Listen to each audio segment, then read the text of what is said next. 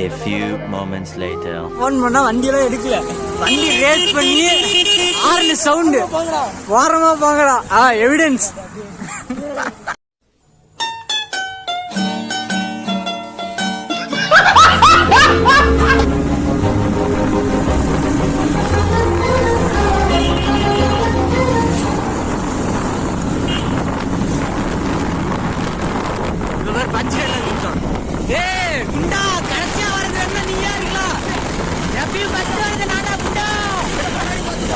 அதாவது வாய்க்கு வந்தபடி எல்லாம் பேசப்படாது. எதா இருந்தாலும் நியாயமா பேசணுமா இல்லையா?